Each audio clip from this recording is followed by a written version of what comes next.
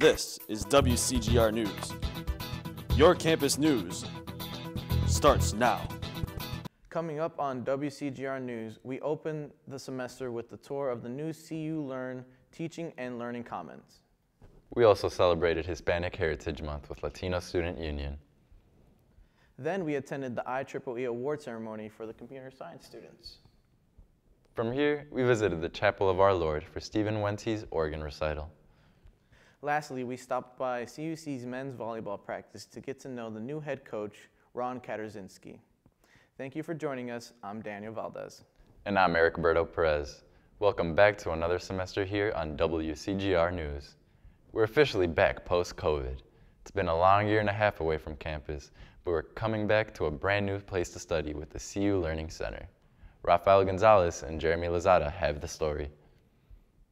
Have you been looking for a new place to study?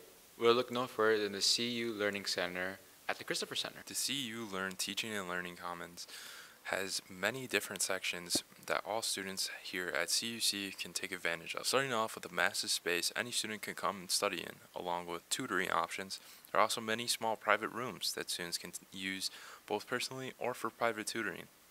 Need another place to write your paper? CU Learn also has Welcome Another Computer Lab for students, along with the Writing Center that has moved across from its old location in the Krentz Library. This is Rafael Gonzalez and Jeremy Lozada reporting for WCGR News. Wow, I can't wait to take a nap there after class. You mean a new place to study, Daniel? Right, of course. Well, let's let's salsa into Hispanic Heritage Month here at Concordia. Latino Student Union started off the semester with fun activities around campus, starting with free paletas and churros in the Triangle, followed by salsa, dancing, and chips in Room 10. Keep an eye out for more events to come hosted by Latino Student Union. Wow, sounds like a great time. Indeed, it was yummy.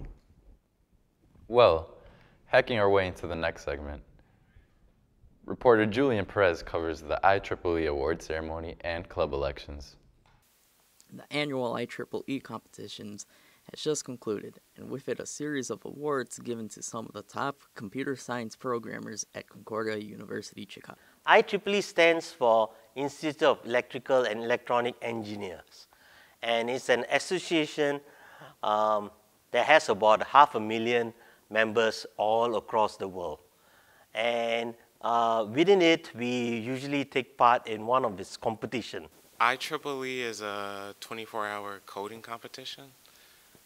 It benefits us because the questions that we get in IEEE are similar to the questions that we would get in a technical interview when applying for jobs. And since IEEE is 24 hours, you know, as you participate in it every year, it kind of shows when you're applying places, like for jobs and everything, that it shows you have stamina and that you're really dedicated to stay up and code for 24 hours, which we did, so. The best way for incoming freshmen to join IEEE is to just get involved in the community, in the computer science community we have here at Concordia. We do weekly mentoring with the Oak Park River Forest Youth Services. We do events like Extreme. So as a freshman, even if you don't have a lot of programming experience, I would highly advocate for you to take part in Extreme. So I think the best way for freshmen to get into IEEE is through their mentors, actually. I think CUC has one of the best mentors. Like when I was a freshman and I came here to IEEE, yes, I had programming experience, but I was guided by mentors who were graduating. And, you know, that's why CUC, in my opinion, is one of the best, because of our mentors. So, of course, you know, for incoming freshmen, the one thing I can say is make friends that are juniors or seniors. Keep on trying, never give up, because even like the first year or two of competitions, you fail a lot or don't score any points, that's perfectly fine because you're getting that good experience in. Take up the computer science, participate in all the programming competitions, go and work hard. Though you fall down, you get up and work hard, and there's a lot of guidance given there. Concordia University, Chicago has ranked first place champion 6 times in the past 7 years, and most recently crowned first place in the 2021 IEEE competitions in the Chicago region. It's very enjoyable, you know what I mean, after a while. you know. So, I mean, it's a win-win situation for the student. They know how good they are in the world, in the United States, so on. So that's why, you know, results motivate people. Success motivates people. So it's very easy. We are champions in Chicago, so it's very easy to motivate students in computer science to take part in it.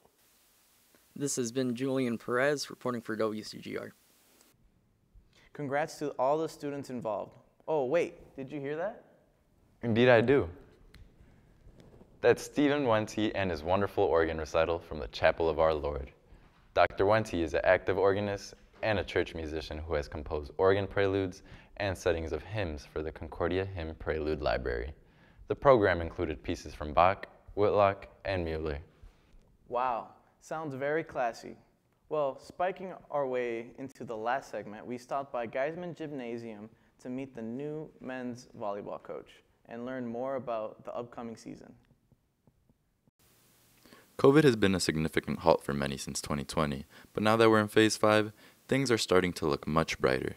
And the same can be said for the Concordia men's volleyball team, who had their last 2 seasons cut short, especially with the introduction of their new head coach, Ron Katarzinski. I had the privilege to sit down with him and get to know him a little better, as well as his plans for this upcoming 2022 season. I played a lot of volleyball in college, intramural. How I started coaching is my nephew called me and they needed a coach for their 5th grade volleyball team. My kids started playing. I coached them in grade school, and I started coaching club as well at that time, and slowly worked my way through a couple clubs until I got with one of the best clubs in the Chicagoland area, and ultimately took over either their 1s team or 2s team, and coached several nationally ranked teams. I joined Aurora University as their assistant coach for 3 years, and when this position became available, I applied for it and luckily got the position. Now that we got to know more about Coach K and his credentials, I went ahead and asked him what exactly it was that compelled him to come to CUC. The culture of the school, the culture of the athletic department, and looked at the opportunity to take this program to the next level. So when I came in on campus to interview, and I really felt that this actually feels like a true campus. This has a campus feel to it. It has the culture that I was looking for, and I heard nothing but good things about the team. Clearly, Coach K has worked with a handful of different teams, and the culture here has left an impression on him. I finally went ahead and asked him what he was looking forward to this upcoming season. Looking forward to surprising people this season. I know the team has had success in the past, as year 2. Last year was COVID, so I don't think anybody had a fair shake, but I think people are going to be a little surprised by us coming into the season. I'm fortunate that I walked into a team that has the chemistry that it has. That's one of the hardest things to coach, to have the camaraderie that this team has already. So walking into this, they've made my life pretty easy. This has been Eric Berto Perez, reporting for WCGR News. Awesome. Can't wait to catch their first game. Well, that wraps everything up here at WCGR News. But before we sign off, we just want to remind everyone you can follow us on Twitter and Facebook, as well as subscribe to our YouTube channel. From all of us here at WCGR, have a great night.